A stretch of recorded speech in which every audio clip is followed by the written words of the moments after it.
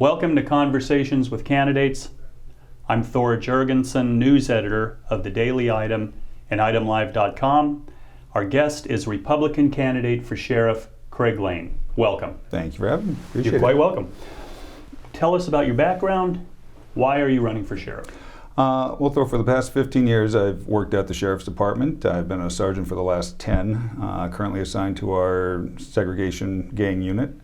I've worked basically every unit within the jail. My entire 15 years, I've been assigned to the Middleton facility, although I have worked at both our pre-releases on overtime shifts, including our substance abuse treatment unit, our alternative to violence unit, vocational housing units. Prior to that, I had 15 years post-college. My bachelor's degree is in business administration management in the private sector. I've worked, started out in the retail management side of things. Went to the Internal Revenue Service when I decided to try to go the federal law enforcement level. That was an inroad there.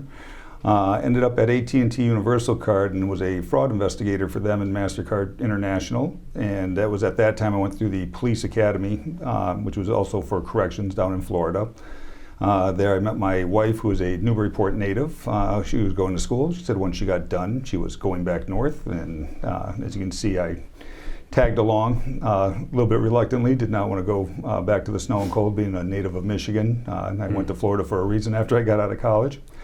But then I spent 15 years in the private sector. When we came up here, transitioned over to the Sheriff's Department. And like I said, it's been 15 years since then. Basically what I'm trying to do here, I'm not a politician by any means. My goal was to work in law enforcement or corrections.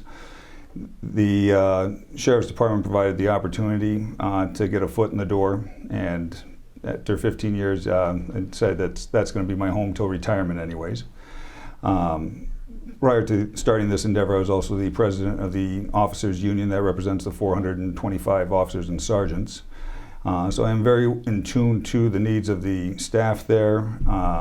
Having worked inside for the past 15 years, also very in tune to what needs to be fixed, what can be fixed, and what areas we need to really work on to make this a more efficient operation.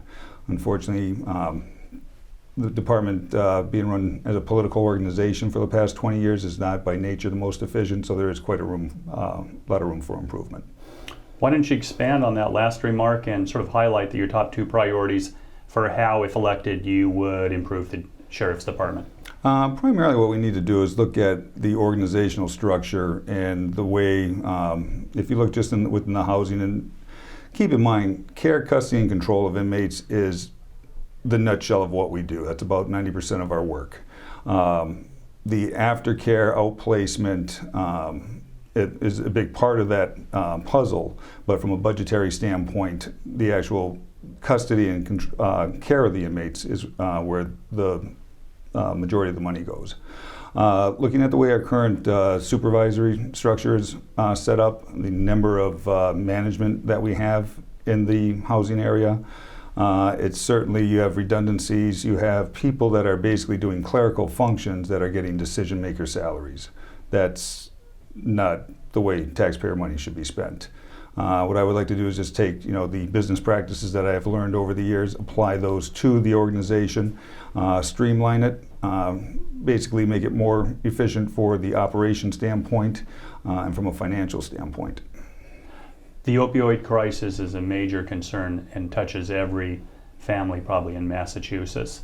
How can the Sheriff's Department work to address and eventually end that problem? I don't know if the Sheriff's Department itself can end it, but we can certainly do our part.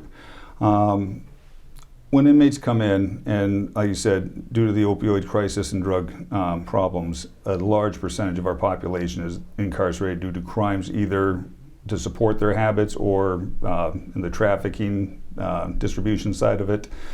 What we need to do is be able to take these inmates when they come in, offer programs that will basically turn them around, and so when they go back to their communities, make them a contributing member instead of a detriment to the society where they came from. We just recently, the sheriff did open up the 2 detox centers, which are greatly needed. One of the issues we have now as a result of those detox centers, however, is space. This jail was designed to hold about 560 inmates. We run right about 1,200.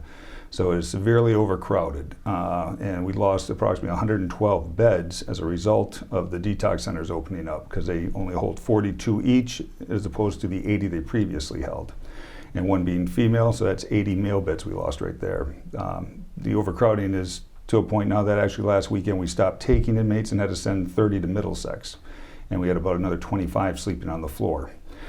So again, that in my opinion, is going to be the number 1 and 2 issues that we need to address there at the Sheriff's Department. Are there any other points you'd like to expand upon regarding your candidacy for sheriff?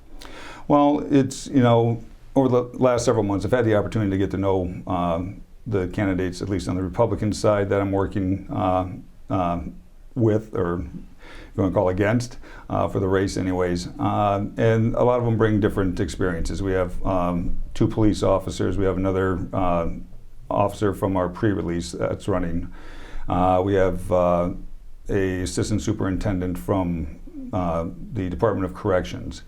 Much like our current superintendent who's running on the Democratic ticket, Ann Manning from the DOC are basically career administrators. They came up on the caseworker side of the department, as opposed to line staff that are academized, work their way through.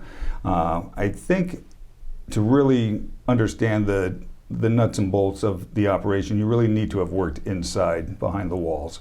And with that knowledge, like I said, I've been doing that for 15 years. And from what I can see, I don't see anyone else who has the business background that I have. I think I have the right combination of experience that actually do the best job at bringing this department forward. Thank you for your time. This has been Conversations with Candidates. Our guest is Republican candidate for sheriff, Craig Lane.